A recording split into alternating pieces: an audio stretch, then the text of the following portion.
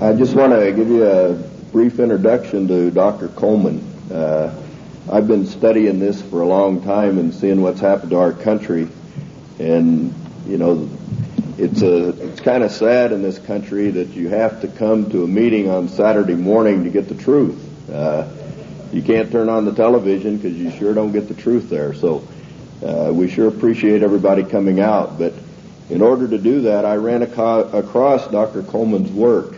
And when you've studied this and looked for the truth, and it's a pleasure to find somebody like Dr. Coleman that'll bring you to a new level of what the real truth, who's really behind what's going on in this country. None of this is an accident. This is orchestrated. This has been planned and plotted and is moving right along. And if the only thing that you can do is be informed and learn what's going on, who's really behind it. And nobody does that better than Dr. Coleman. He's an author of 3 books. He has a table back here.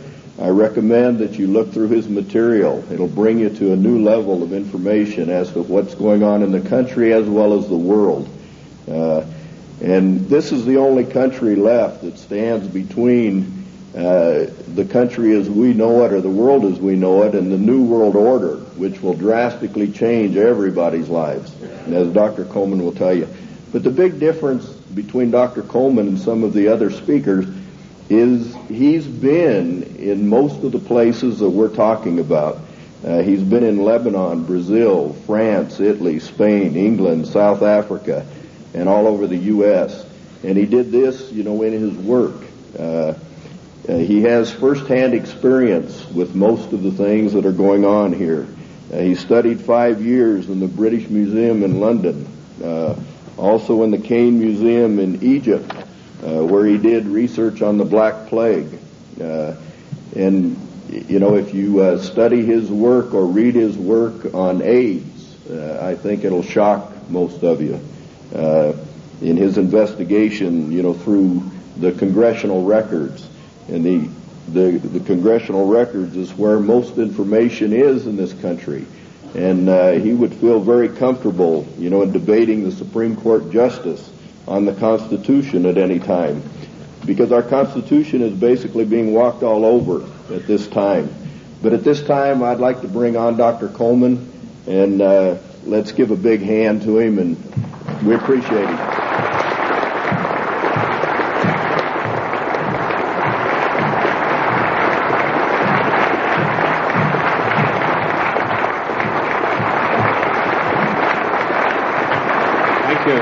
Thank you.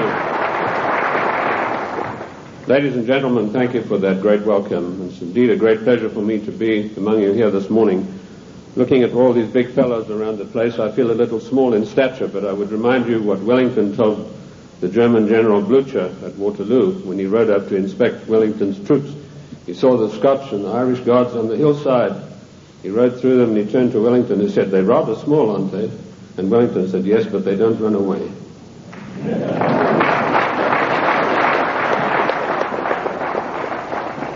Ladies and gentlemen, I bring you a message of hope, not fear. A message that I hope will galvanize us all into much needed action. The problem is quite simple.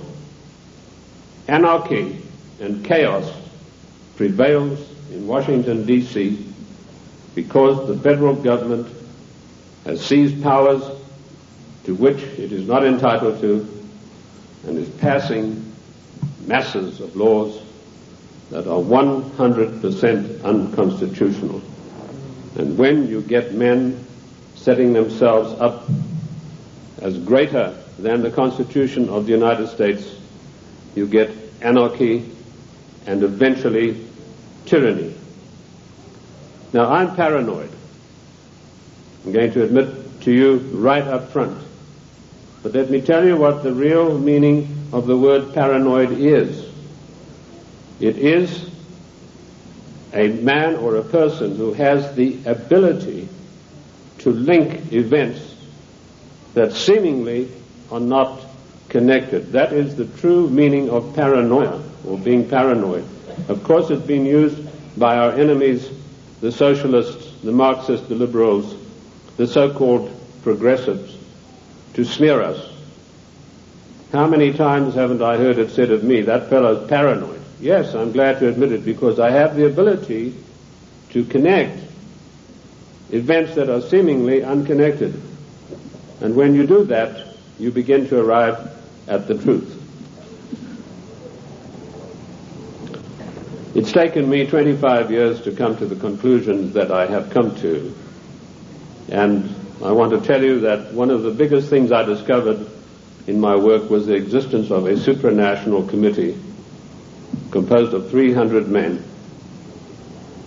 I came across this quite by accident when I was serving in Africa, in Angola, and I was given a series of documents which were only supposed to be handed in to top-level people. They were what we called above the top level of classification of intelligence documents. And there I discovered that whilst I thought I was in Africa fighting against the invasion of the communists, I was in fact fighting to introduce socialist regimes in the black African countries, and that I was actually working for a committee called the Committee of 300, also known in intelligence circles as the Olympians. I'll stop right there, and I want to digress for a moment and tell you the word intelligence has been bandied around a great deal in the United States. I've seen people writing this and that and the other intelligence newsletter. They really have no experience whatsoever. In 1986, I wrote a work called Mind Control, Metaphysics, Extremely Low Frequency Radiation and Weather Modifications. And in that work, July the 8th, 1986, I said that the top-level intelligence organization in the United States was the National Reconnaissance Office, far bigger than the CIA and any of the other intelligence agencies. And by the way, we have about 10 different ones in the United States. And I even had the audacity to give the address of this organization. 3 weeks ago, Mr. Sam Donaldson, the gentleman who wears that beautiful toupee so effectively, he came on with a program in prime time, and he said, this is one of the biggest scoops that ABC has ever had. And he told about the National Reconnaissance Organization. The exact same thing that I published 8 years earlier. I tell you this to set the stage so that you'll understand I do have some experience and that I know that of which I speak. You know, the American people are somewhat like the Irish. I'm sure you've heard the story of the Irishman who got shipwrecked, and after many days he was washed up on an island, and as he staggered along the beach, some people came out of the trees waving spears, and he said to them, is there a government here? And they said, yes. He said, well, then I'm against it. Liberty is based on individual freedom. We are individual people. We are not the mass, so disdainfully referred to by Karl Marx and the socialist writers. We objected to a tax of a penny a pound on tea when King George of the Venetian Party of the North, now that's probably the first time you've heard that expression. It took me 5 years of digging in the British Museum in London, which I consider to be the finest repository of knowledge in the world, to come up with that name. That was what the party of King George was called, and we'll come to the reason for that. But our colonists said, we're not going to pay this penny a pound on tea. Today, we are being driven on our knees by a tyrannical government, which is imposing all sorts of taxes upon us, and worse than that, trammeling on and tramping on the Constitution of the United States of America, which is the second greatest document in the world next to the Bible. And if we could rebel against the mighty powers of King George III, the most potent force in the world at that time. Then, ladies and gentlemen, it is time that we rebelled against a federal government that is trammeling the Constitution underfoot every day of the week.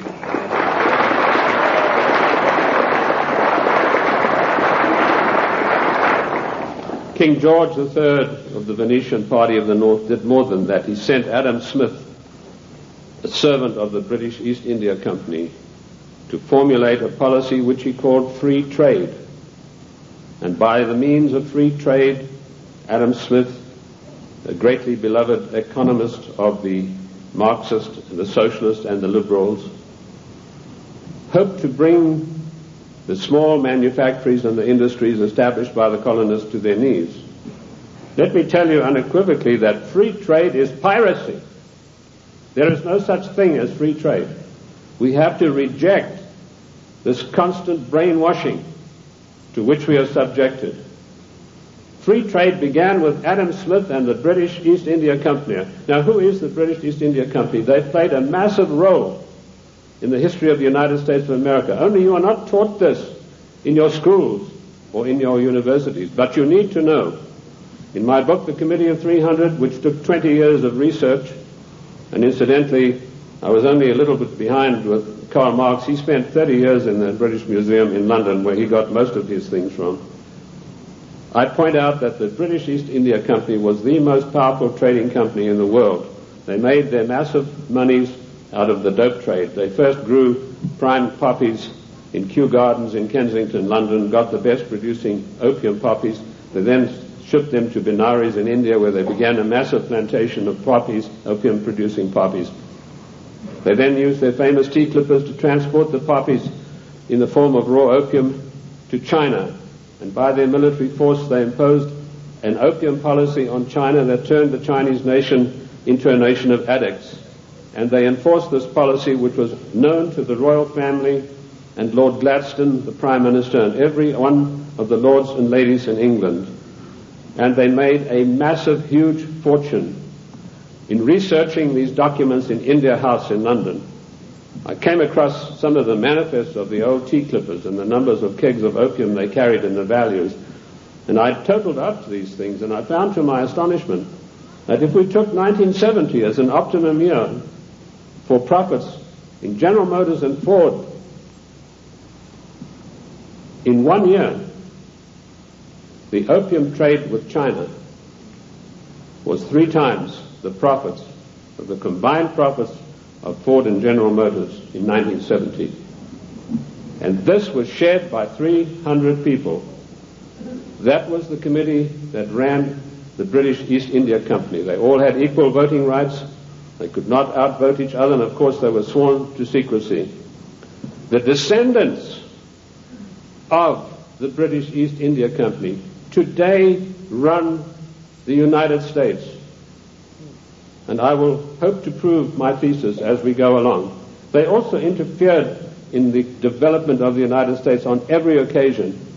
They armed the Indians, they armed the people against the settlers who were pushing west. They ran the Hudson's Bay Company. They also ran so-called mission stations in China and got these missionaries who were really not missionaries at all to push opium on the Chinese. And I remember a conversation with the late Gamal Abdel Nasser of Egypt, Prime Minister of Egypt, President of Egypt, and Mohammed Aikel, one of the top journalists, with Chow En-lai. And Chow En-lai told him, he said, you know, the Americans and the British made China a nation of opium addicts, and now with the Vietnam War, it's our turn. We are going to make the Americans a nation of opium addicts. So you can see the influence, the evil, baleful influence of the British East India Company upon the great nation of the United States of America. They were the ones who financed the war. They put up the money for the British troops to buy the Hessian mercenaries and to fight the colonists. Those brave 3%, let me remind you that only 3% of the people took arms and stood up against the mighty army of King George III. We are 3% here this morning, but that's enough for us to withstand the mighty force of the federal government of the United States of America.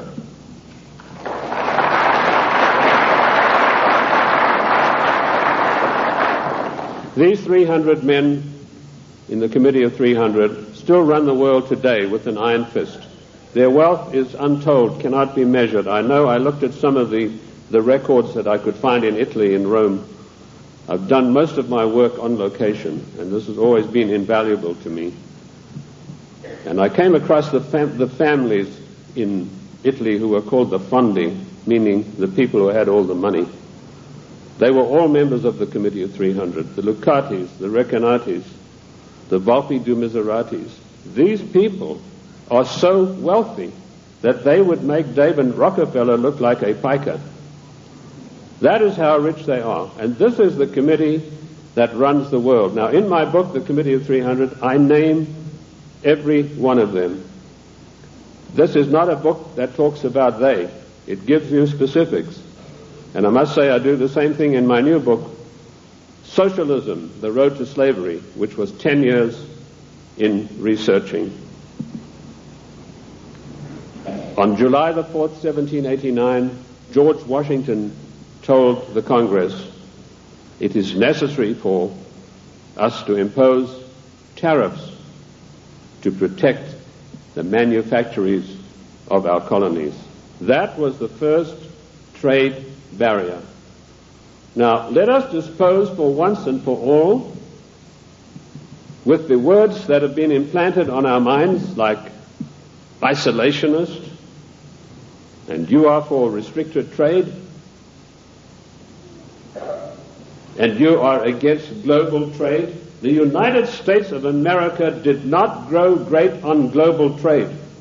The United States of America grew great on the hard labor of the people who lived in those days and the wise protection barriers put up by President George Washington, because immediately after the war they tried, the British, to try to down the United States through so-called free trade, which is nothing but piracy. Free trade, ladies and gentlemen, is a one-way street which allows other countries to dump their products on our markets to the detriment of our own people. That's what free trade is. It's strictly a one-way street. The trade barriers were increased by Lincoln, Garfield, and McKinley, and all three presidents paid with their lives for that policy. Disraeli was particularly incensed with Lincoln. Disraeli was the British Prime Minister at the time, and he ordered British MI6 to assassinate Lincoln, which is what they did. The same way as British MI6 publicly executed President John F. Kennedy at a later time. Our founding fathers and our presidents saw the value of trade barriers. They realized that we, if we wanted to progress, were not to be the dumping ground of the world. And I'm going to leave that subject for now and return to it later. The format that I want to use this morning is the type of questions that are most often asked of me. I've spoken to hundreds of thousands of people across the United States and worldwide, and I've been on many, many radio shows, and these type of questions, we note them, and this is what comes up most of all. Who and what is the Committee of 300? Well, I've dealt with that. I've told you this is a supranational body that knows no boundaries, respects the laws of no countries. The first time that they were publicly announced was by a German socialist by the name of Walter Rathenau. Now, I'll give you some background of Walter Rathenau. He was the financial advisor to the Kaiser of Germany, and he was also the financial advisor to the Rothschilds, the French family Rothschild. So he must have known what he's talking about. He made an astonishing statement in 1934. He said, there is a committee of 300 men that rule the world. They are known only to each other, and nothing happens without their consent. When former head of state Mikhail Gorbachev visited the United States a few years ago, flanked by George Bush and Quay, he opened his Gorbachev Foundation in the United States. And he let slip, he said, this is being done with approval of the Committee of 300. CNN cameras were on him. They immediately switched. Now, I wrote to CNN and I said, could I have a transcript of this program, which they said was available. I never got a reply. I followed it up with letter after letter, but nothing ever came of it. The point I'm trying to make, ladies and gentlemen, is that the federal government, the secret upper-level parallel government that runs the United States, does not want you to know that you have an upper-level parallel government that calls the shots, that dictates what is going to happen to your life and mine. So that's how I found out about the Committee of 300.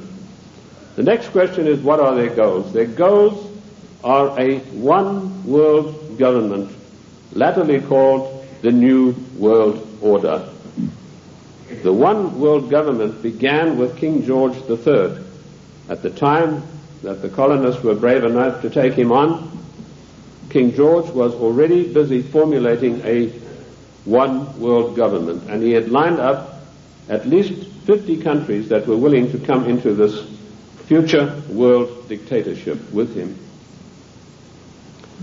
The goals then, very simply stated, are to make the world over into a one-world, new world order dictatorship controlled utterly and completely by this Committee of 300. How can they possibly carry out their goals? That's the next question that I'm often asked. They do it by dint and by virtue of their fantastic wealth and the fact that they control thousands of the top banking institutions, the political organizations, insurance companies. In fact, one of the giant insurance companies, a man called me and said, do you mean to tell me that they are controlling the Metropolitan of New York? I said, the Metropolitan of New York is peanuts. He said, how can you say that? That's a giant American company. I said, well, compared with the Assicurenzi de Generali de Venezia, it's peanuts. That's the biggest insurance company in the world. They control in that organization everything that happens in the world in the insurance field comes out of Venice.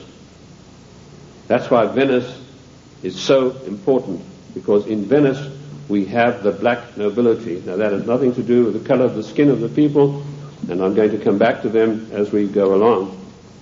So the goals are a one-world dictatorship of the most brutal kind, and how they carry it out is they have these interface banks, insurance companies, mining conglomerates, every conceivable control in politics, including the Democrat Party of the United States, which is, of course, since 1980 behind closed doors at a secret caucus in Washington, D.C. The Democrat hierarchy took on the goals of the old Socialist Party USA, i.e. based upon the Communist Manifesto of 1848. If you have a copy of my book, and I'm not pushing it, but in my book, The Committee of 300, I list every one of their huge, gigantic corporations, how they interface. And this, ladies and gentlemen, is an eye-opener, because it gets right down to the nitty-gritty of your everyday life in the cities and towns across the United States. So they carry out their goals through existing organizations. And also, of course, they have built up some special organizations of their own. When I first started writing in America, when I came here in 1969, I revealed the existence of an organization called the Royal Institute for International Affairs, which is located at Chatham House in 10 St. James Square in London. I also revealed the existence of the Club of Rome, the Cini Foundation, the Mont Pelerin Society, the Order of St. John, which was known but not known. And I listed all of these secret societies that run the world as executive arms of the Committee of 300. So it controls the world through all of these. The Royal Institute for International Affairs is the executive arm of this committee, which gives instructions to the United States government to this very day. The chain of command is as follows. Every Secretary of State that has been appointed since 1919 is appointed by the Royal Institute for International Affairs. That may come as a shock for you. You think you vote and you put a conservative in the White House, and then he appoints supposedly or allegedly conservative people to carry out the policies that you wanted him to implement. Surprise, surprise. I ask you to find me a conservative Secretary of State since 1919. And if you search diligently and apply the correct rules, you will come out blank. Every one of the Secretaries of State was chosen in London by the Secretary of State, as was Wilson, the President Wilson, as was Roosevelt, as was James Earl Carter. He was specially chosen because he'd had 3 mental breakdowns, and they felt he would be a good guy to manipulate. Oh, I'm talking facts. I'll tell you the story of that. In my World in Review news magazine, I wrote that, James, I'm digressing a bit here, but it's necessary to do that now and then. It's not a sign of a bad speaker, although I don't put any laurels around my own neck. But James Earl Carter was not a known entity in the American scene. I first heard of him through my intelligence contacts, particularly my French sources, who were one of the best in the world after MI6, and he told me, your next president is going to be a peanut farmer from Georgia. And I said, how come? He said, right now they're meeting at the Dorchester Hotel in London. And if you get your fanny over there, he said, you'll find that there's a lot of goings on you might like to look at. And lo and behold, that's what was happening. The Royal Institute for International Affairs had ordered David Rockefeller to find a candidate who was totally weak, preferably a little mentally weak. And they put one of the greatest brainwashing specialists in the world, trained by the Tavistock Institute for Human Relations, Dr. Peter Bourne, on the job. And he said, it's funny you should say that. One of my patients is a guy from Georgia, James Earl Carter, and this guy can't take rejection, and he's been to me 3 times for a nervous breakdown. So they hiked Carter over to London and feted him at the Dorchester Hotel, which is a very ritzy place.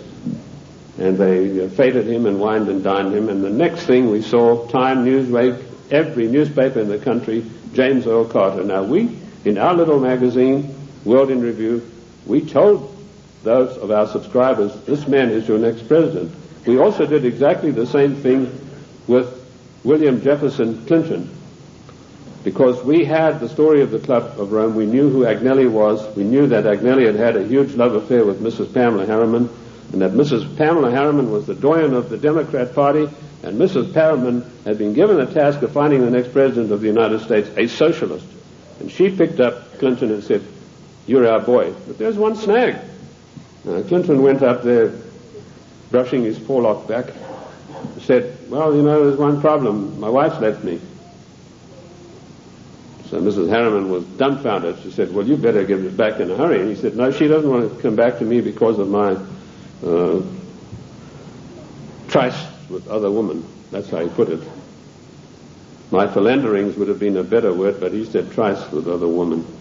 So Mrs. Harriman sent for Mrs. Clinton, and she duly came to New York, and she sat her down and said, look, if you want to be the first lady of America with all the attendant prestige and power, you better forget about your husband's philanderings and get right back to him. And that is precisely what happened.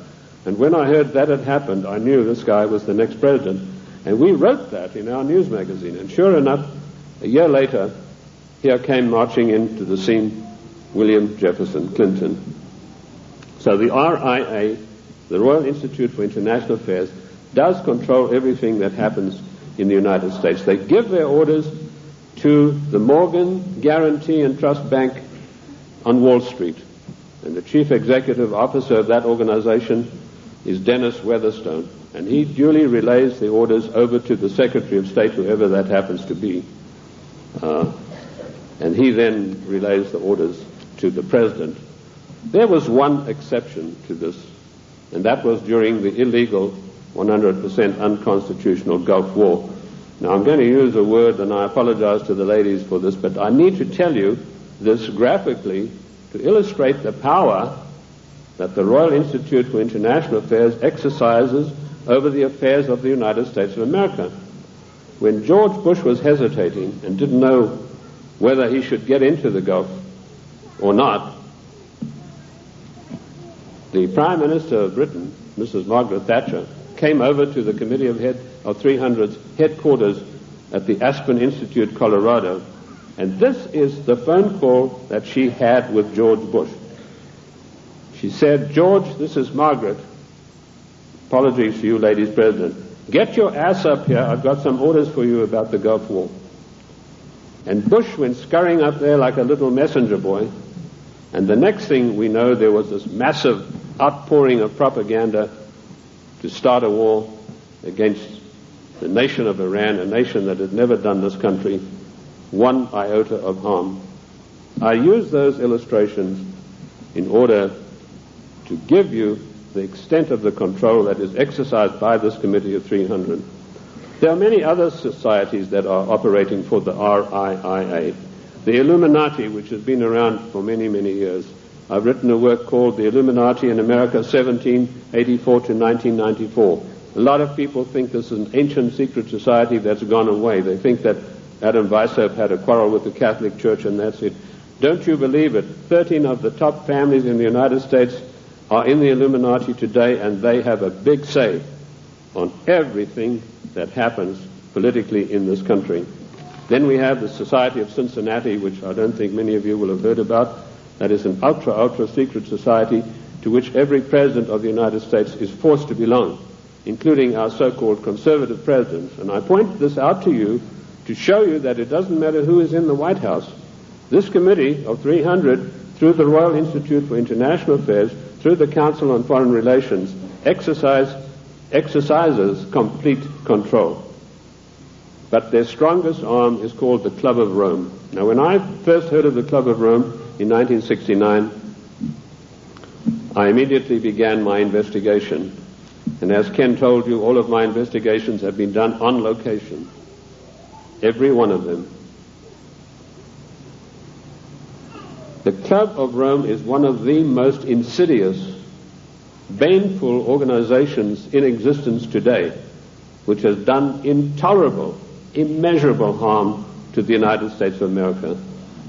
This Committee of 300 told a man called Aurelio Pecci to form this Club of Rome with the main object of bringing down the industries and the agricultural development of the United States.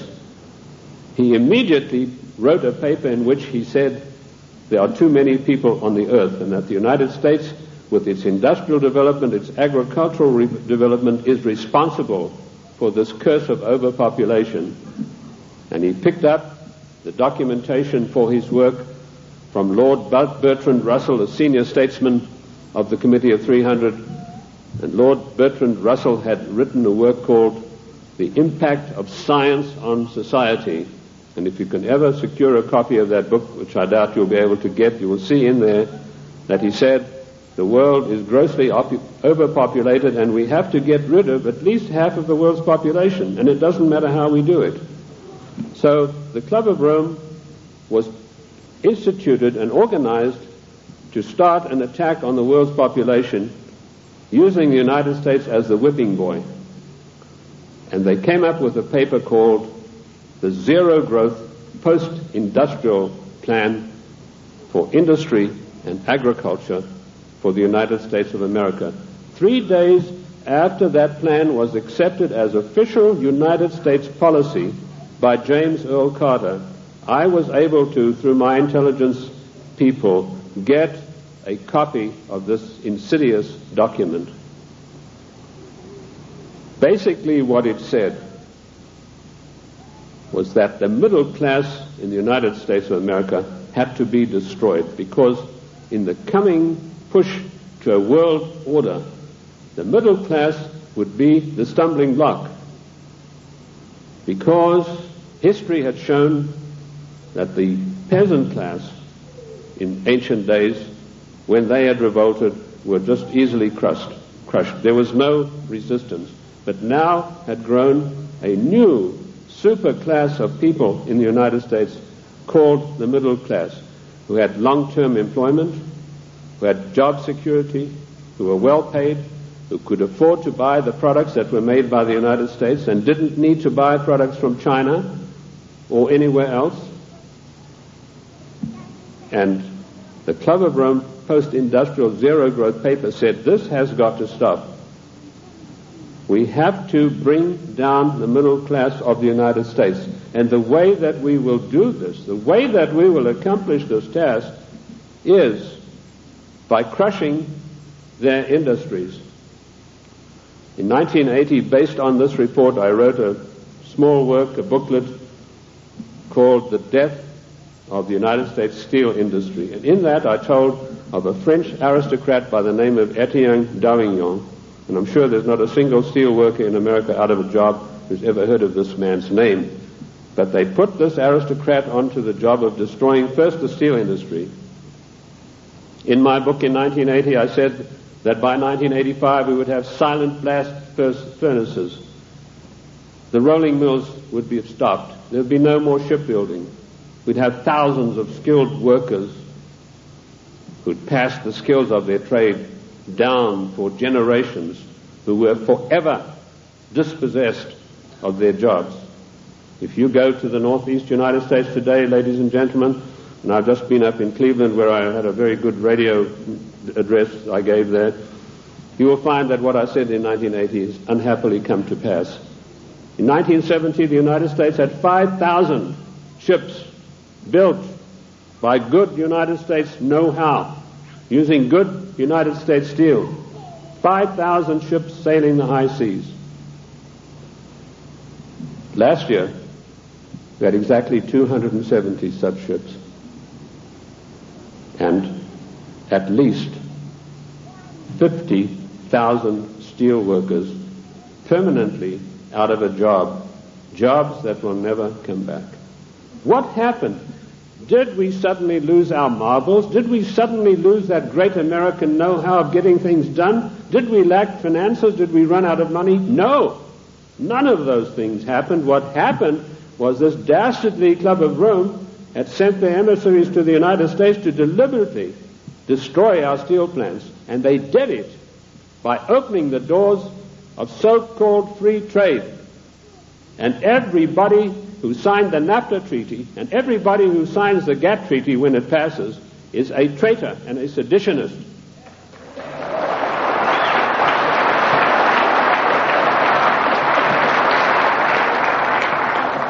Our mighty steel industry is destroyed. Our shipyards are silent. Our skilled workers are permanently without a job. And if you don't believe me, get the report of the Club of Rome. You know, when I came out in 1969 with my report on the Club of Rome, nobody had ever heard of it. And people, when they got it, said, "Oh, this guy's paranoid. There's no such organization. It's probably something to do with the Catholic Church." Well, surprise, surprise, 25 years later, last year, the Club of Rome celebrated its anniversary, and Alexander King, its chairman, stated, the American people henceforth must get used to the idea that they will never, ever again in their lifetime have full employment. What a scandalous thing that our government is fully cooperating with this organization built up by the Royal Institute for International Affairs to destroy the middle class of the United States and to add to the policies of global genocide. And that brings me to the next question. What is the Global 2000? Once again, when I heard about this policy, it was 3 days after it had been accepted by the United States government as its official policy. And the Global 2000 was a blueprint for mass genocide produced by the Club of Rome. Basically, what the Global 2000 calls for is the destruction of half of the world's population by the year 2050. Hence the title 2000. They built a case based on Bertrand Russell and H.G. Wells' findings that the world was going to be overpopulated, would be a terrible place to live in. That was picked up by a fellow called Robert Strange McNamara, and a stranger individual you're not likely to meet in this world. And this Miller had a conference of all the leading bankers about 12 years ago, and he said the biggest menace facing the world today is the American middle class and overpopulation. He linked the two together. And he said, by the year 2050, this is the state of the world.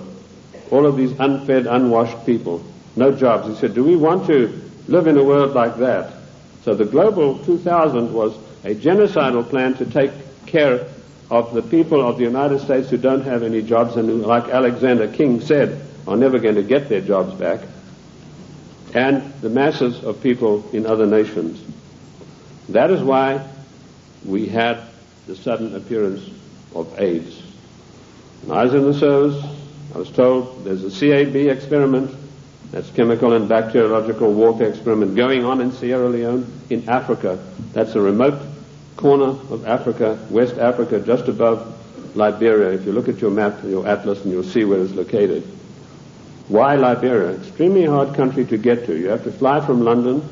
That's the only way you can get there. You land on an island, and then you've got to take a ferry across to the mainland. And, of course, all people taking the ferry are heavily scrutinized. And I managed to work my way. I was told the Americans were doing the CAB experiment. I managed to work my way to within striking distance of a small mission station. And what I discovered was that these blacks were coming in from the bush to this mission station with broken arms or an ulcer on the leg or something like that. And they were ostensibly being treated there, but they were dead by the evening. What was actually going on was that a laboratory had been set up using Lassa fever virus. Now, at that time, Lassa fever was one of 4 viruses that could jump the human-animal barrier. And it was a deadly virus.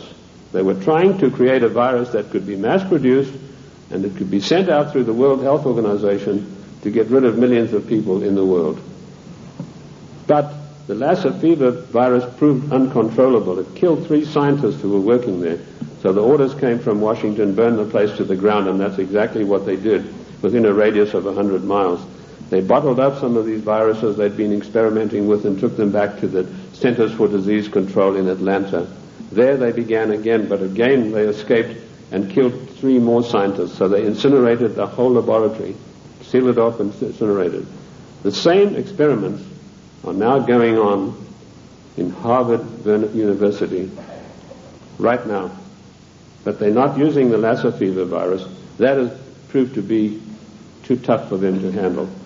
Instead, the United States government gave millions of dollars to the United States military chemical and bacteriological warfare establishment at Fort Detrick, and they began experimenting with the AIDS virus. I knew about the AIDS 3 years before the word ever came out in the world, in the United States particularly, because of my field work in Sierra Leone.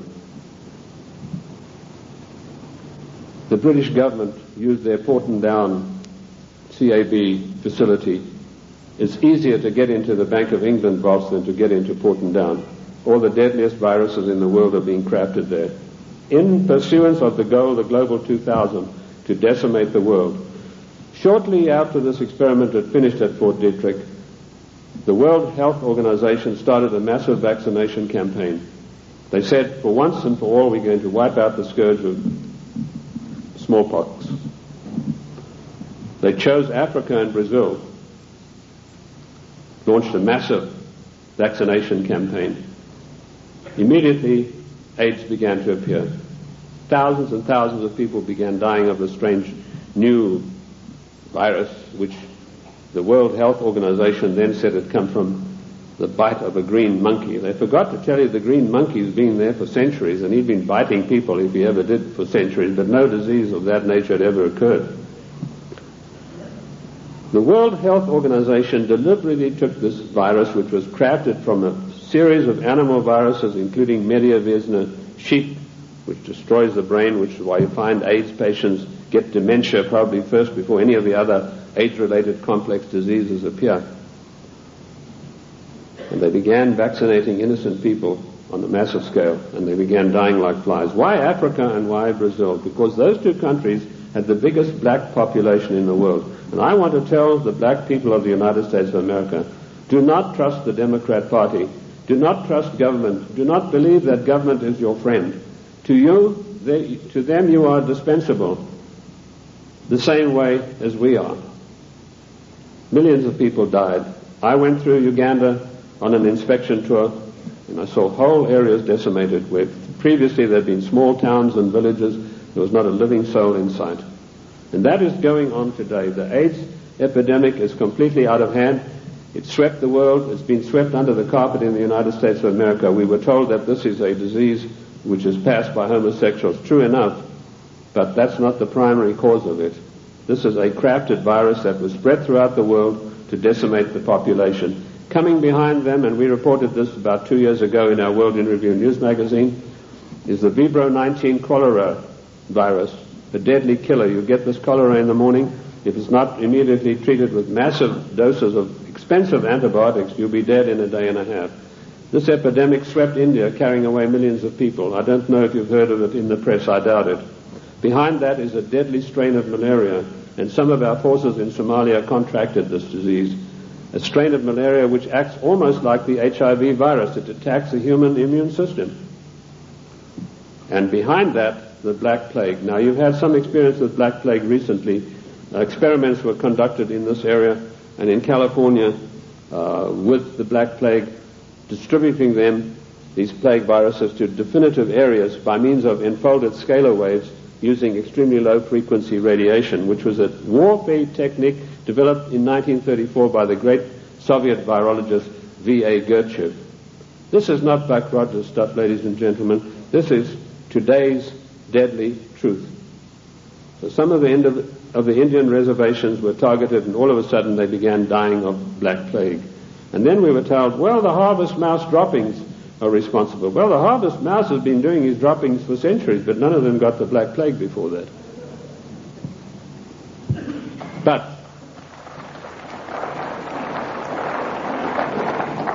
what happened immediately following the so-called population control meeting in Cairo? There was a sudden and violent outbreak of Black Plague in India. And it is still going on, and it is not under control. This is all part of the Global 2000 mass genocide plan. I know something about the Black Plague because in my research in the British Museum I discovered that the black Venetian nobility had none of their families or members had ever got the Black Plague. Yet the Black Plague, as you know, swept through Europe and killed half of the population of Europe. But none of their families ever got it. So I began seeking for the answers, and I found them in the Cairo Museum. So people said, well, how come if these things are true, how are they going to protect themselves? They being the Committee of 300, their servants and their families, they have the means of protecting themselves by certain types of herbal compounds mixed with sugar. And they also have, of course, the protection of extremely low frequency radiation, where using the technology developed by the great virologist Gertchev, who proved that every living thing on this earth has a vibratory cycle, and he was able to measure the vibratory cycle of various deadly viruses, and by vibrating them double their cycle, you would kill them instantly. So that's one of the defensive weapons that these people have got that will kill the plague if they ever get it. The same technique, of course, will kill cancer cells. But the medical profession, run by the Rockefeller family and all the pharmaceutical companies, do not want you to know this, because when you go into the doctor, he's going to write you a prescription for a chemical drug. There's no chemical drug benefit out of extremely low frequency radiation vibration. No profit to these people. So that's the Global 2000. Decimate the world's population and particularly hit hard the United States middle class. How are they financing all of this stuff? They're financing it through the Fondi, who I mentioned to you earlier, the Venetian black nobility. Now, why are they called the black nobility? They're called that because of the vileness and the evilness of their deeds. These families date back to the 11th centuries, the Locatis, the Recanatis. They were called, and the Guelphs, by the way, I'll come to them, they're particularly interesting. They were called that because of the evilness of their deeds. They make Lucrezia Borgia look like a Sunday school teacher. They had so much money, which is the outcome of the drug trade, the years of investing, the years of gaining control of every mining, mineral, gold, oil, natural resource of the world, that they can afford to finance these things. So the black nobility are the ancient aristocrats of Venice and Genoa, and they called that because of the nature of their deeds. The black Guelphs were one of the worst of them. Now, interesting enough, the Queen of England, Queen Elizabeth II, is a Guelph. She's not a Windsor. This was a title that was evolved in 1935 by her father to put researchers off the track.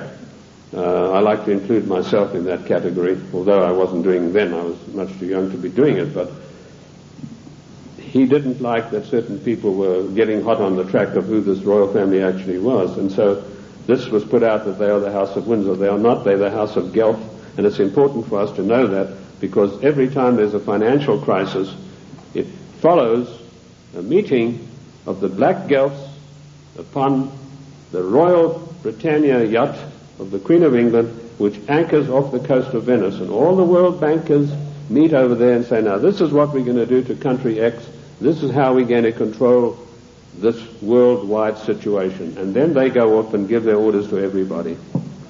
So that is the way it is done. I told you earlier that they controlled the United States. Even in the days of President Lincoln, they had him assassinated on the orders of Disraeli, and they then, of course, in later years, were able to elect one of the worst socialists we've ever had the misfortune to suffer under, Woodrow Wilson. Wilson was elected by a ploy. Of course, they got Teddy Roosevelt and the Bull Moose Party running as a supposedly third candidate to siphon votes off so that Wilson could be elected as a socialist president. Now, our eyes have been fixed on Moscow. We've been led down the garden path, ladies and gentlemen. All of the time we've been looking at Moscow, and we've been told what demons they are in Moscow. Rightly so. But all the time this was going on, the Trojan horse of socialism in Washington, D.C. has been stealing our country away from us. And in my book, Socialism, The Road to Slavery, I give you a full and factual description of exactly how this was done. In 1898, the Fabian Society, a socialist organization, sent Ramsay MacDonald, Prime Minister of England, to the United States to spy out the land. He came back and he said, there are two things in the way. You have a very strong middle class and you have the Constitution of the United States, both of which have got to be destroyed before we can socialize America. The first step they took was getting a socialist president in office in the form of Woodrow Wilson.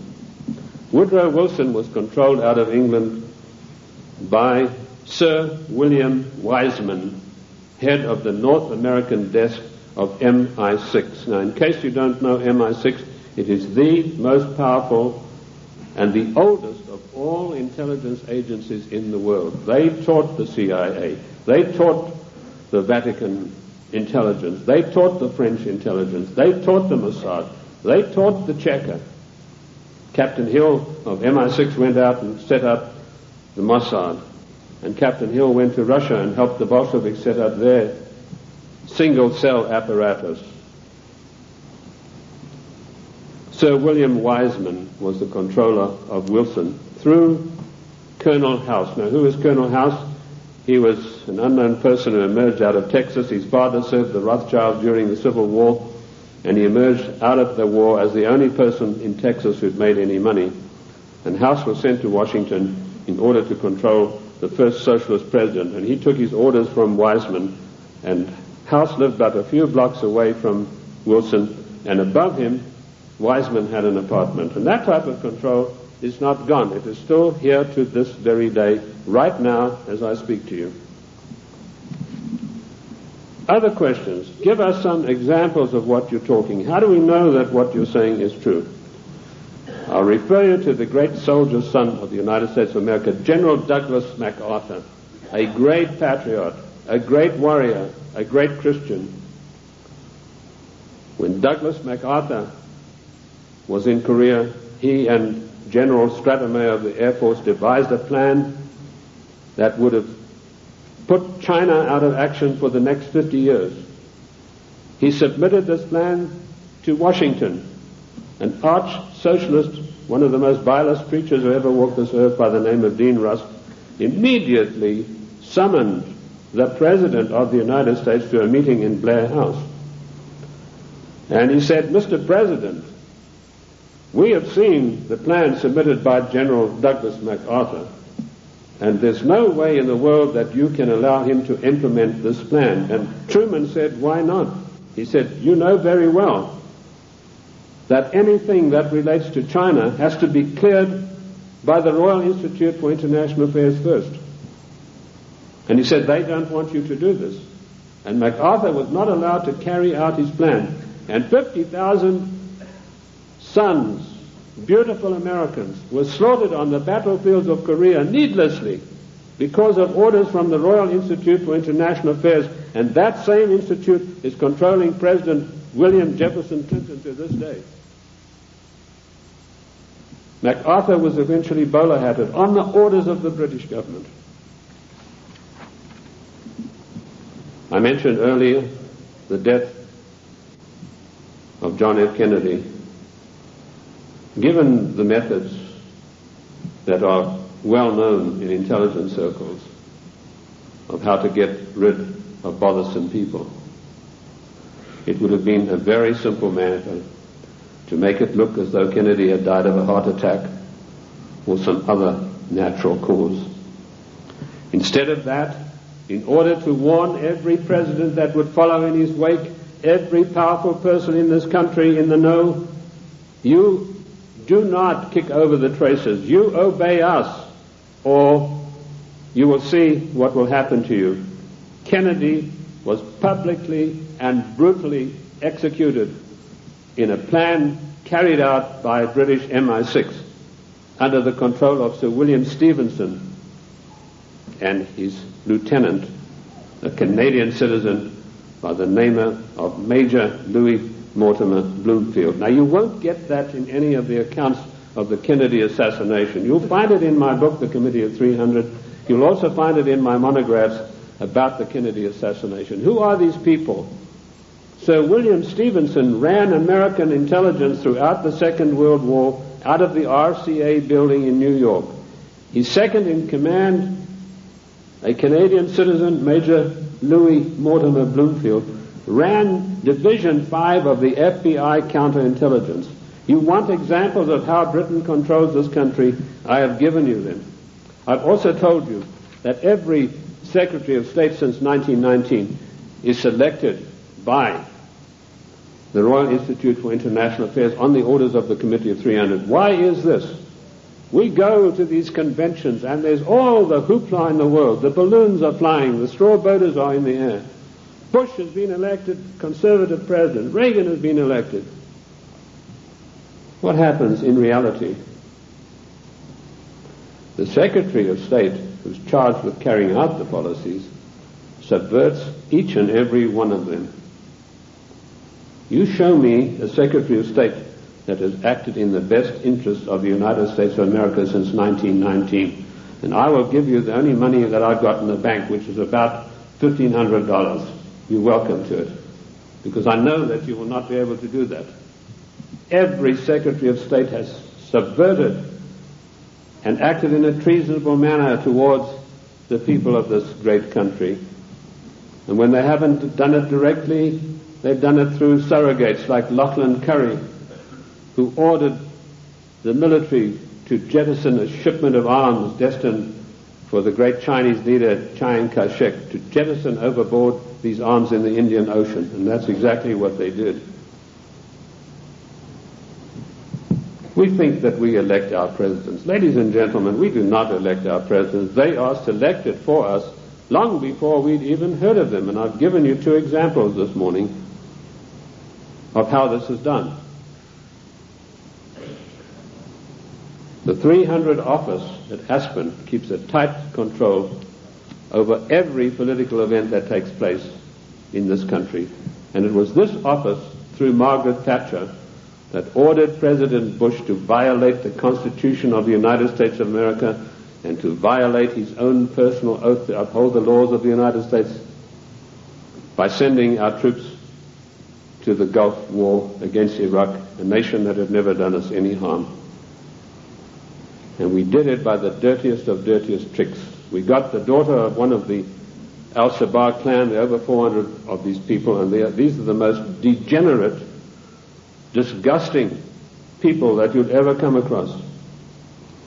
The ruler has 140 wives. He doesn't have them all at the same time. When he gets tired of one, he says, I divorced thee 3 times, and she's gone.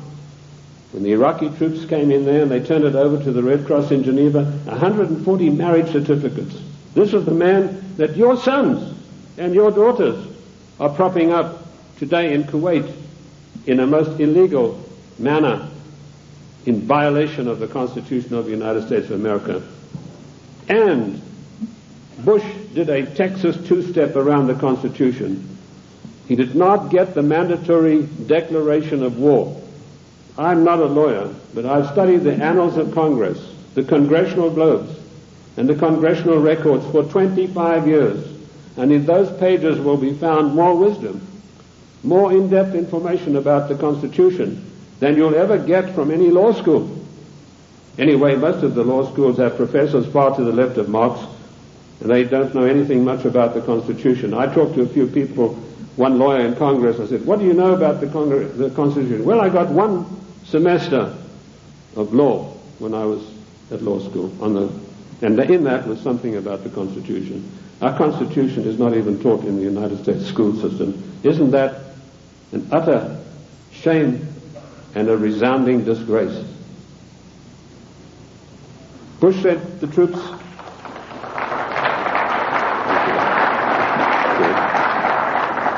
Bush did not get a constitutional declaration of war. This is a very difficult area of the Constitution. It's probably one of the most complex areas of the Constitution.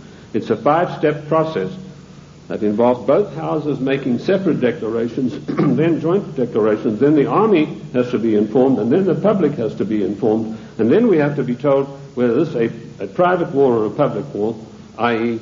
whether all the armed forces are going to be employed or only one branch. In so-called police actions, the President has 45 days to use only one branch of the service. Bush violated his oath of office by going to the United Nations, to which we do not belong, and getting them to give him a so-called color so that he could send our troops to the Gulf. Our troops to this day are in the Gulf illegally, in violation of the Constitution of America, and we're still paying for it. The story that the Gulf states put up all the money, you go and ask the General Accounting Office, as I did, how much money have they paid? We are still paying for the Gulf War, and now we've got another huge bill to meet, billions of dollars, for Clinton's fantasies, to go out there and support this disgusting Al-Shabaab clan. I don't know if you know the story of Kuwait. It's really a horrendous one. I don't want to get into that too much, but that land was stolen from the Iraqi people by the British imperialists. They came in and drew a line through the sand right through the middle of the most important oil fields that had just been discovered, the Rumelia oil fields. Thenceforth, this is going to be called Kuwait. And they brought up these tame sheikhs from Bahrain and put them in as the rulers. And since then, they've been stealing the oil off Iran, and the proceeds go to the British banks in the city of London for the Committee of 300. They're just doing the same thing now in South Africa with the gold. That's part of their tactics to gain control of all natural resources through the world. I also touched briefly on Giovanni Agnelli and Mrs. Clinton and how she had left her husband, and Pamela Harriman. Pamela Harriman, for her duties in getting Clinton elected, was given a plum job as ambassador for the United States to France. And this is what happens to the traitors. Patriots are punished and traitors are rewarded. Dennis DeConcini, who voted for the giveaway of our property in Panama and who voted for the crime bill and every other obscenity that is passed by the federal government in violation of the Constitution, he's now going to get a plum ambassadorship when he retires, on top of his huge pension of something like $200,000 a year. I've been asked whether Clinton will stay the full term. Yes, he will. Clinton will stay the full term because he's been given a job to do, and that is to pass certain far-reaching socialist measures. And he's been very successful in doing that with the help of so-called Republicans. I personally am not in favor of political parties. I'm like George Washington. He said, political parties are baneful, and in the long run they are harmful. What happened in NAFTA? A so-called conservative, Mr. Newt Gingrich, who I wouldn't trust as far as I could throw him, went out and acted as the floor manager, as the party whip in true parliamentary style, and he whipped up 132 Republicans, so-called, to support NAFTA. And no doubt he will do the same thing with this dreadful GATT treaty, which is coming up in a vote in the lame duck session. So he's going to run, and I'll let you into some information which I just got a few days ago from French intelligence. Clinton would not be able to run on his record or anything that he's done or anything meritorious. So what he's done, he sent emissaries, and this is the first time you're going to hear this. You might hear it in 1996, but this is the first time you're going to hear this now. He has sent emissaries to Iran to dig and promise huge sums of money to any of the Iranians who will come up with the actual documentation of the scandal where our prisoners were kept there until Reagan was elected the president. And if he can come up with this documentation, he's going to keep them. In 1996, he's going to come out and say to America, I have here documentary proof of how bad your Republicans are, President Bush and Reagan. Look what they did. And on the strength of that, he hopes to run in 1996. That's what he's doing now. He's taking the money that he's not entitled to, and he's using it to bribe the Iranians to come up with these documents. I don't know that they will, because I think they like him even less than I do, and that's saying a lot.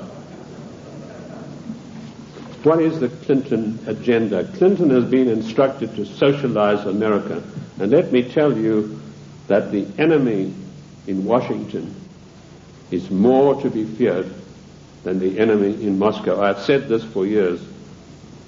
What does socialism do? It forces changes upon people that they do not want and do not ask for. And we've seen how dangerous that is when we look at the programs that were supposedly programs invented by the United States government and by the presidents. A man called Stuart Chase, an arch-Fabian socialist, wrote a book called A New Deal. Frances Perkins, who was the first female socialist cabinet minister appointed in the United States in the Roosevelt administration, she got hold of a copy of this book and she ran to Roosevelt and said, look, this would be a marvelous program for you. So in the 1932 Democrat and by the way, don't call them the Democratic Party because they are not. We are a confederated republic. We are a constitutional republic.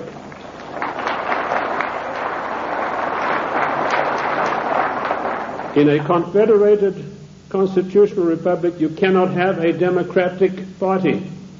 You can have a Democrat Party, and that's what we should start calling them.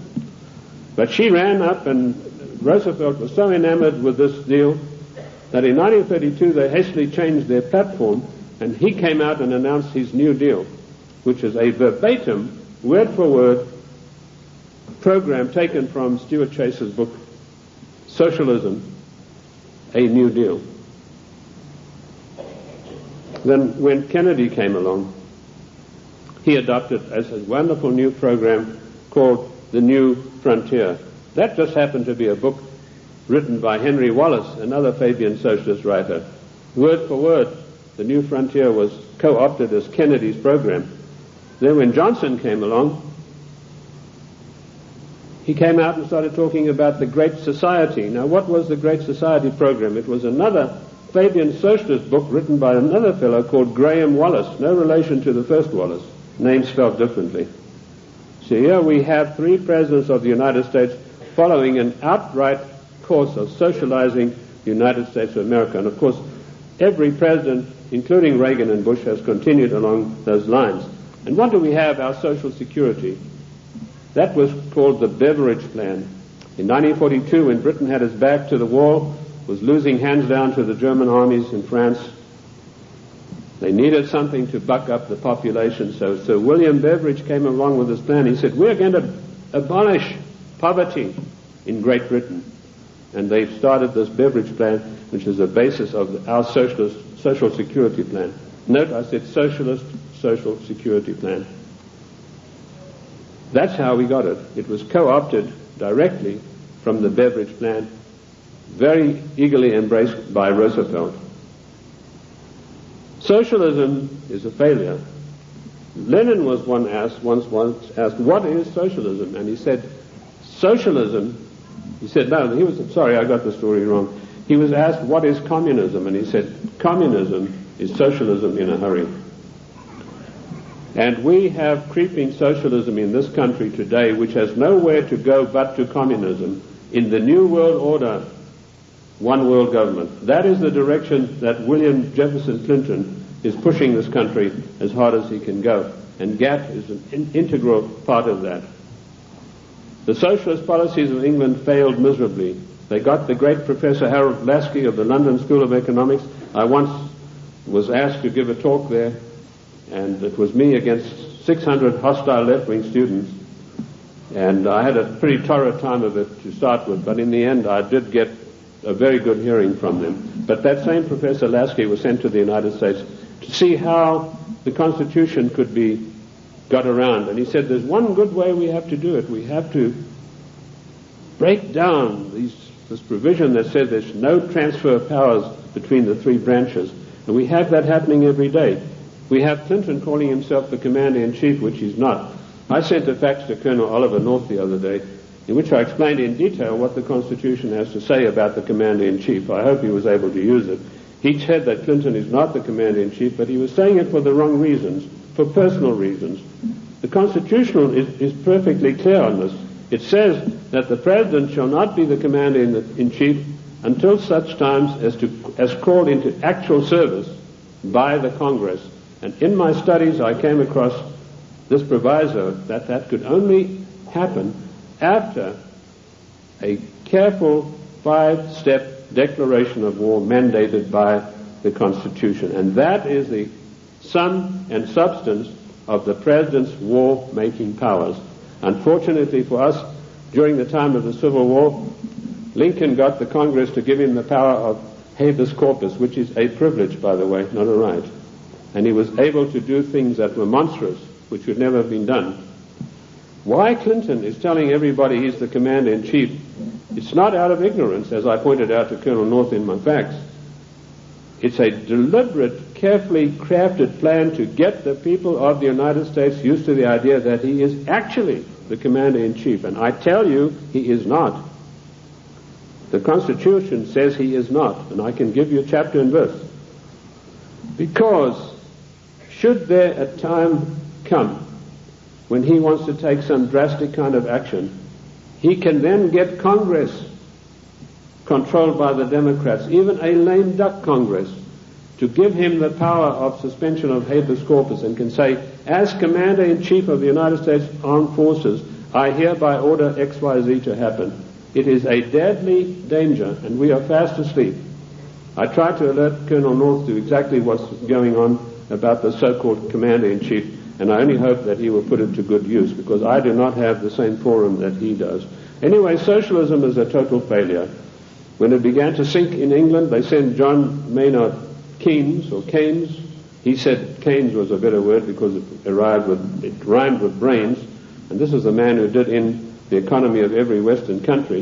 And he came to the United States, and by his charm and good looks, he was a tall, well-spoken English gentleman, immaculately suited, connoisseur of wines and cheeses. And it was said of him that there was not a single lady who could resist his amorous advances. He was able to charm Roosevelt into giving the British government $3 billion to prop up their socialist programs. That wasn't enough. They then sent Harold Lasky and John Maynard Keynes for a second handout. This time they got $7 billion. And when Roosevelt was asked about this, he said, let's forget all of those silly little dollar signs. And the same thing is happening today in the field of foreign endeavor. We find a president giving away billions of dollars in foreign aid, which he is not entitled to do. I have searched the congressional records, the congressional globes, the annals of Congress, to find out if there is an empowerment for the federal government, our Congress, to dish out billions of dollars every year like a Santa Claus to foreign nations. And I could not find it anywhere. And where the Constitution is silent on a provision, it means it is a prohibition of that provision. What I did find was that when President Monroe was trying to get us involved in Latin America, he tried to get some money sent down there. And the Congress stood on its hind legs and said, this is a matter that's out of your purview. This is a matter for the Congress, and we deny you foreign aid because it's not constitutional. And that is what set Monroe at variance with the Congress. If you know his history, he spent his entire life fighting the Congress over that issue. Nothing has changed. The Constitution of the United States is immutable. I violently disagree with Justice Ginsburg, who says the Constitution is flexible. The Constitution is not flexible. Our founding fathers meant it to be an immutable document that would stand the test of the ages of time and foil people like William Jefferson Clinton and Roosevelt and every other dictator that is going to follow, unless we stand up and take back our states' rights.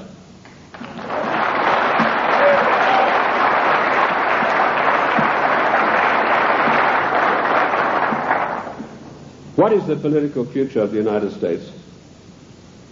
I told you that we are being forced into a one-world government, new world order, by the use of the word democracy and by the use of the word global trade and free trade. There is no such thing as free trade. The United States made itself great by its own manufacturing abilities. We had our people fully employed.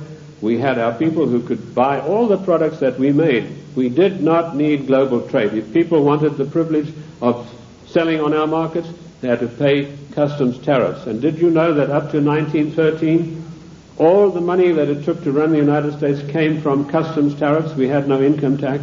And in 1913, we had a surplus of $5 billion after all our bills were paid.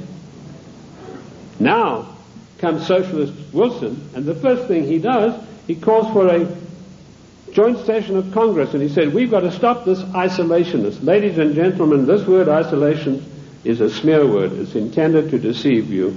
We do not need global trade. We need full employment.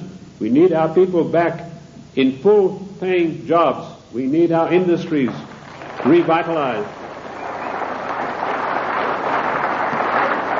We have today 40 million unemployed Americans, and Alexander King has stated the policy of the Club of Rome, followed slavishly by William Jefferson Clinton. Americans can forget about full employment in the future forever. 40 million, those are the real figures. We have 25 million people underemployed, people with great skills who are acting as doormen in hotels, flipping hamburgers, for God's sake. These people, and they talk, Mr.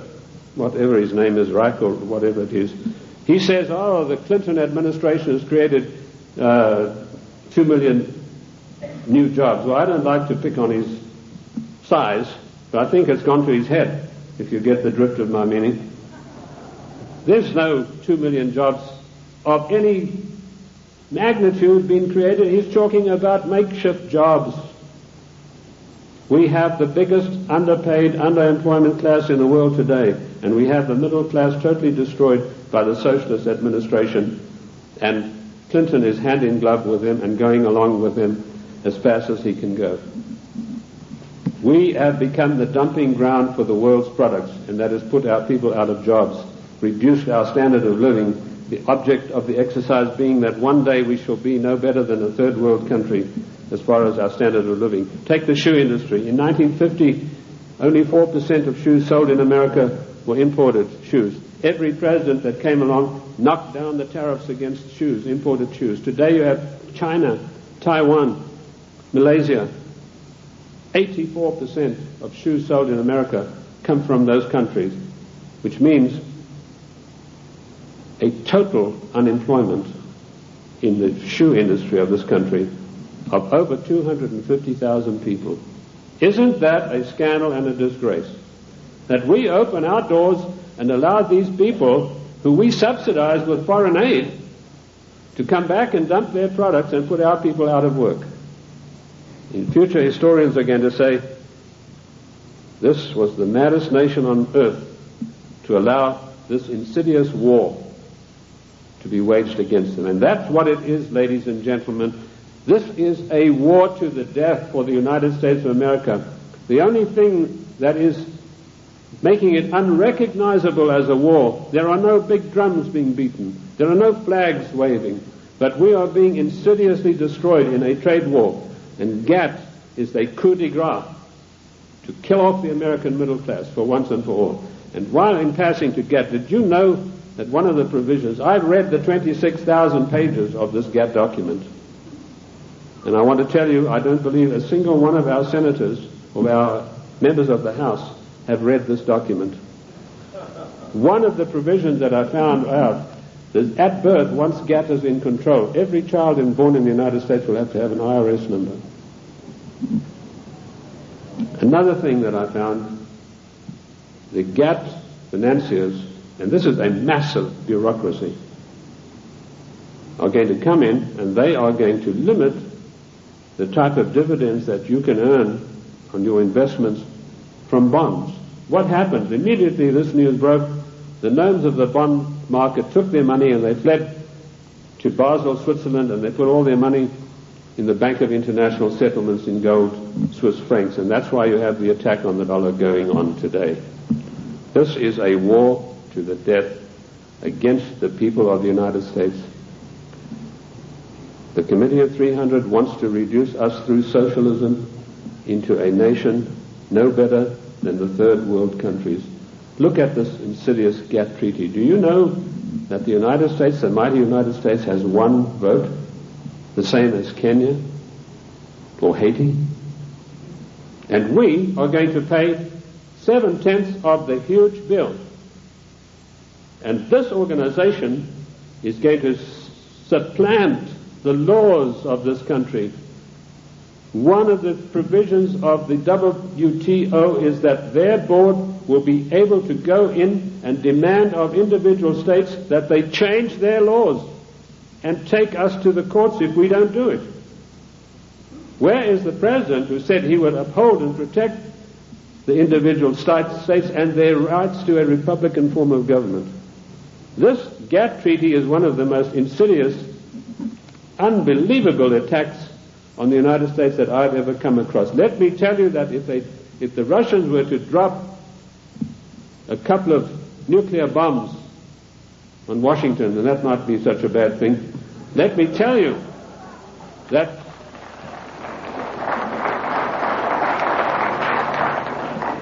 they could never hope to do the damage that GATT is going to do. Ladies and gentlemen, you have to marshal every one of your resources. This GATT treaty has got to be fully debated. Once before, twice before, we were forced by the one world government, new world order, into far-reaching situations that affected the national life and the character of our people without a national debate. The first one was the so-called United Nations question mark treaty. In 1946, this treaty was forced through the Senate by an exercise of arbitrary power. Arbitrary power is forbidden by the Constitution.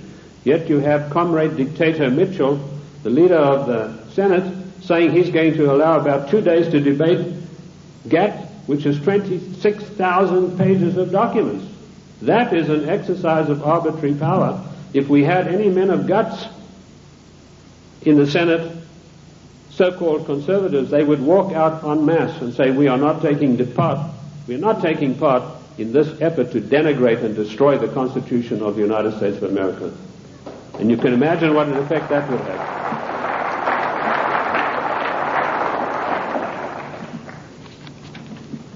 GATT will be allowed to be debated for 2 days, 26,000 pages, and some of the most insidious things that you've ever seen are in this document, and they all, every one of them, say GATT shall override all the laws of the United States. The President and our senators and our House members are supposed to uphold the law of the United States. If they sign GATT, they're guilty of sedition and treason. Period. That's it.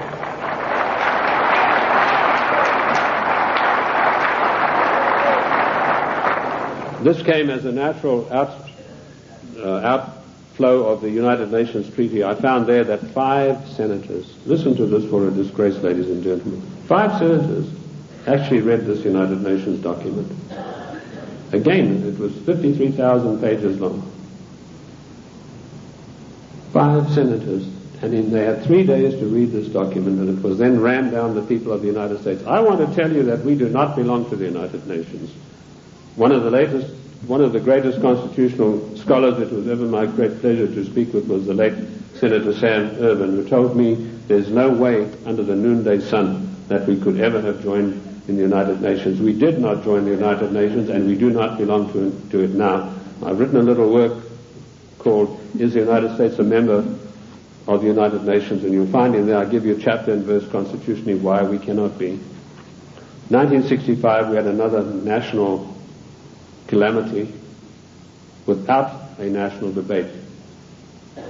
The Democrats reformed immigration.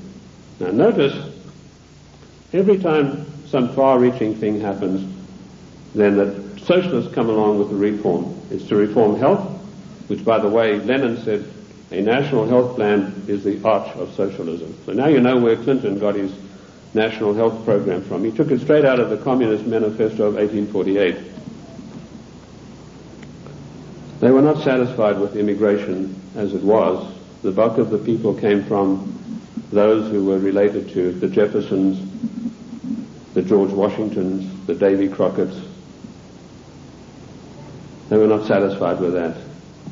Without a national debate, without asking the people of this country by your leave, the Democrats in 1965 forced through an Immigration Reform Act that totally changed the face of the United States and will totally change us.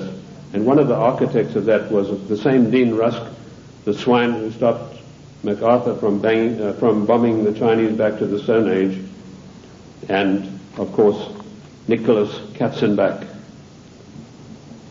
I want to give you some statistics. Now, people have accused me, they said, you are a racist. First of all, the word racist is a very modern smear word. If you look in the dictionaries in 1919 onwards, it did not exist. What they really mean to say is you are a racialist, i.e. a person who is proud of your race. I'm not saying this against any group, any nationality. I want to show you how the socialists, without our permission, without a national agenda, without a national debate, will change the face of the United States. In 1984, the people from traditional immigration stock made up 74% of the total population. By the year 2080, less than 100 years from now, we will make up 39.5% of the population. And it goes on. The Hispanics were 9.4 in 1980. They'll be 15.4. The Asians, 2.4, will be 13.3 of the population. In other words, the traditional Americans of the Davy Crockett, George Washington, the people Monroe said would make a real contribution to America, will be in the distinct minority. And this is thanks to the Democrat Party, who in 1965, without by your leave of the people, changed the rules. And now they've got us blindsided by concentrating on illegal immigration. Illegal immigration is nothing. That's a small problem. The legal immigration that was authorized in 1965 without your permission, that's where the big problem lies. These statistics were provided to me by a man called Lee Bouvier, who was one of the leading advisors to a former INS official. And of course we know that abortion is another way in which the population is being diminished. I have challenged judges all across the country to show me in the United States Constitution, where is there provision for abortion? And I've yet to see. Oh, they say in the Fourth Amendment. Don't you believe it? The Fourth Amendment has nothing to do. It doesn't mention the word abortion. And where a word is not mentioned in the Constitution, it is a prohibition of that word. There's no such thing as free choice. This is a communist doctrine brought to this country by a woman called Madame Calonte. Madame Calonte you've probably never heard of, but she is the inventor, the author and the finisher of NOW and NARL and abortion. It's all in my book, Socialism, The Road to Slavery. Where do we stand now? I told you that we're in danger because the separation of powers mandated by the Constitution are being broken up every day. You now have the idiocy of Clinton having line item veto. That means if he doesn't like something, he can go and veto just that line that he doesn't like. That is breaking down the separation of powers forbidden by the Constitution. Also meddling in trade. The President has no right to be meddling in any treaty whatsoever. That is strictly for the House according to the Constitution of the United States. And I dealt with the Commander-in-Chief situation already.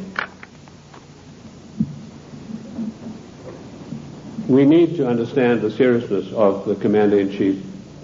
Lincoln said that if we allow this title, he said, we are then putting precedents where kings stood. And he said one of the most hated powers of kings was their ability to make war at any whim that came to their mind.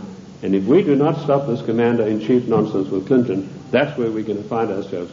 We are already there with Haiti, and we are already there with our troops being sent to Kuwait. I want to tell you that the cost of the Middle East peace so far, to you, the American taxpayers, is $38 billion, and the clock is still running. Jordan was given $4 billion to sign this treaty. The other nations have been guaranteed credits and all sorts of things that will bring up the total to $38 billion for this so-called peace accord in the Middle East to come about. Of course, it's doomed to failure, but that doesn't matter. In the meantime, it makes the President of the United States look good. We need to understand something. I told you today there's anarchy and chaos in Washington.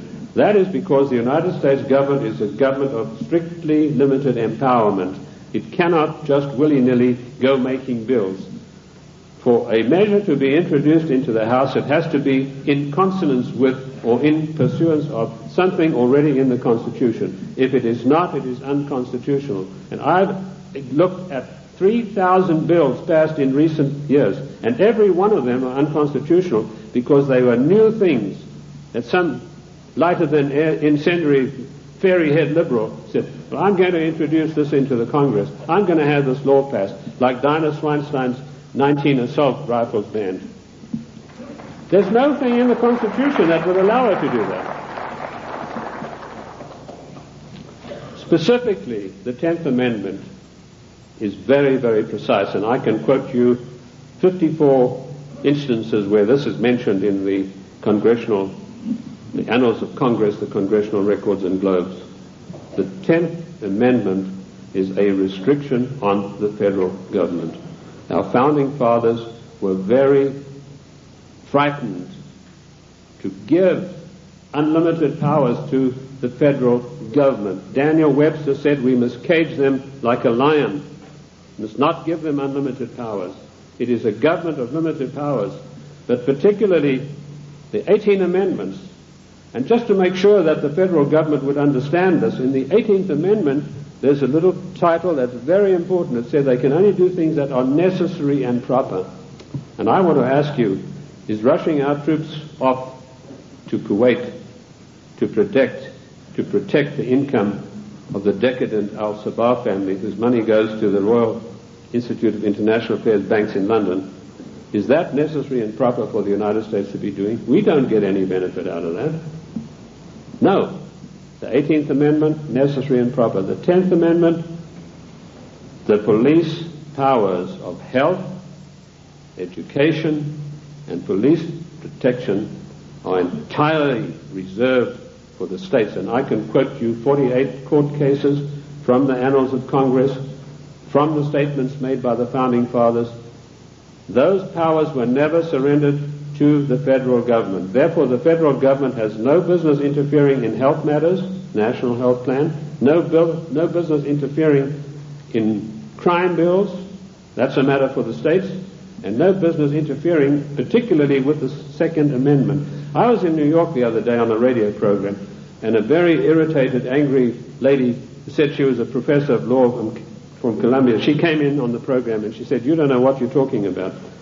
She said, it's not a right to bear arms. I told her exactly what was what. And she said, well, if that's true, then voting is a right. I said, no, voting has never been a right.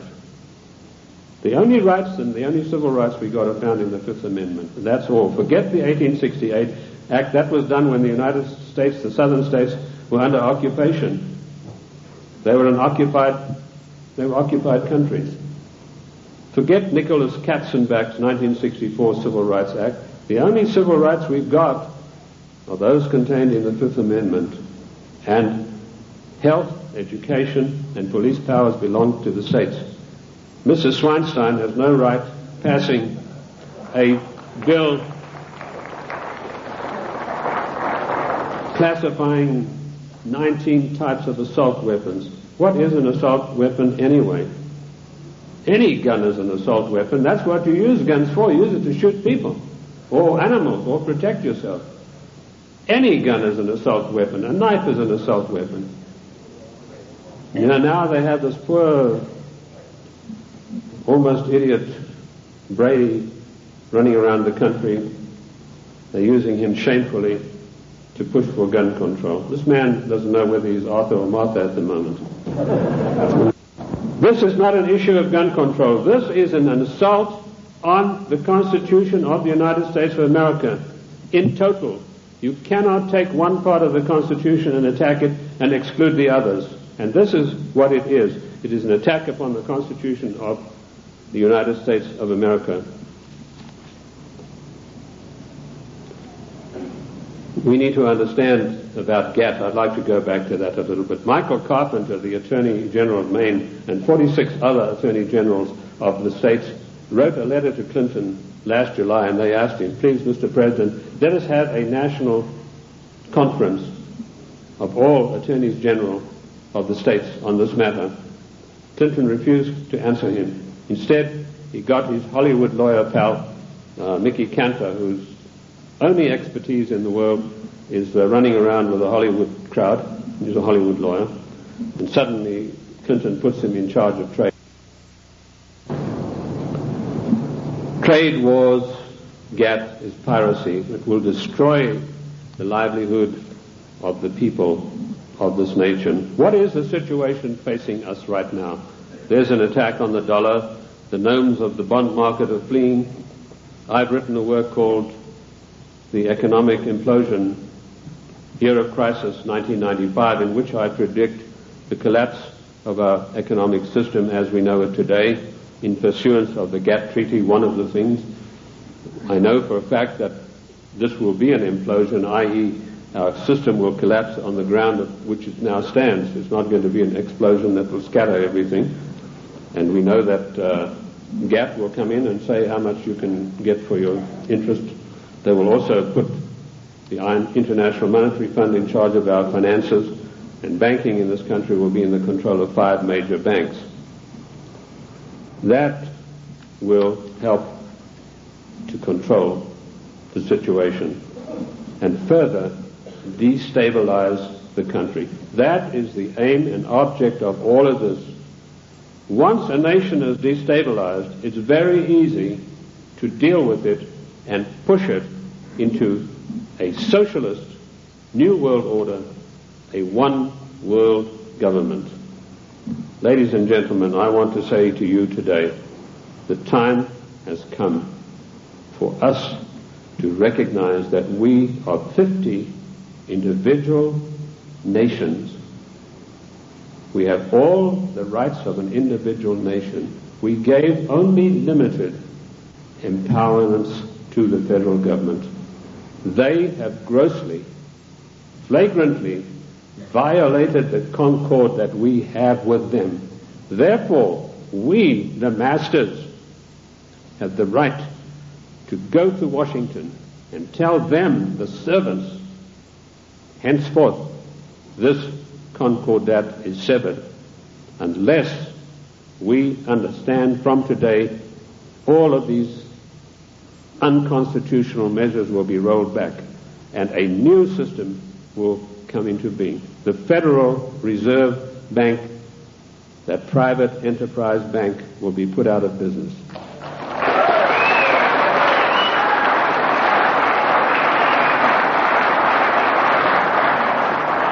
Ladies and gentlemen, this is not anarchy. This is the God-given right of each of the 50 nations, of which the state of New Mexico is an individual nation. We are the only entity in the entire world that has a legal document that allows us to dissolve the federal government without resorting to violence and bloodshed.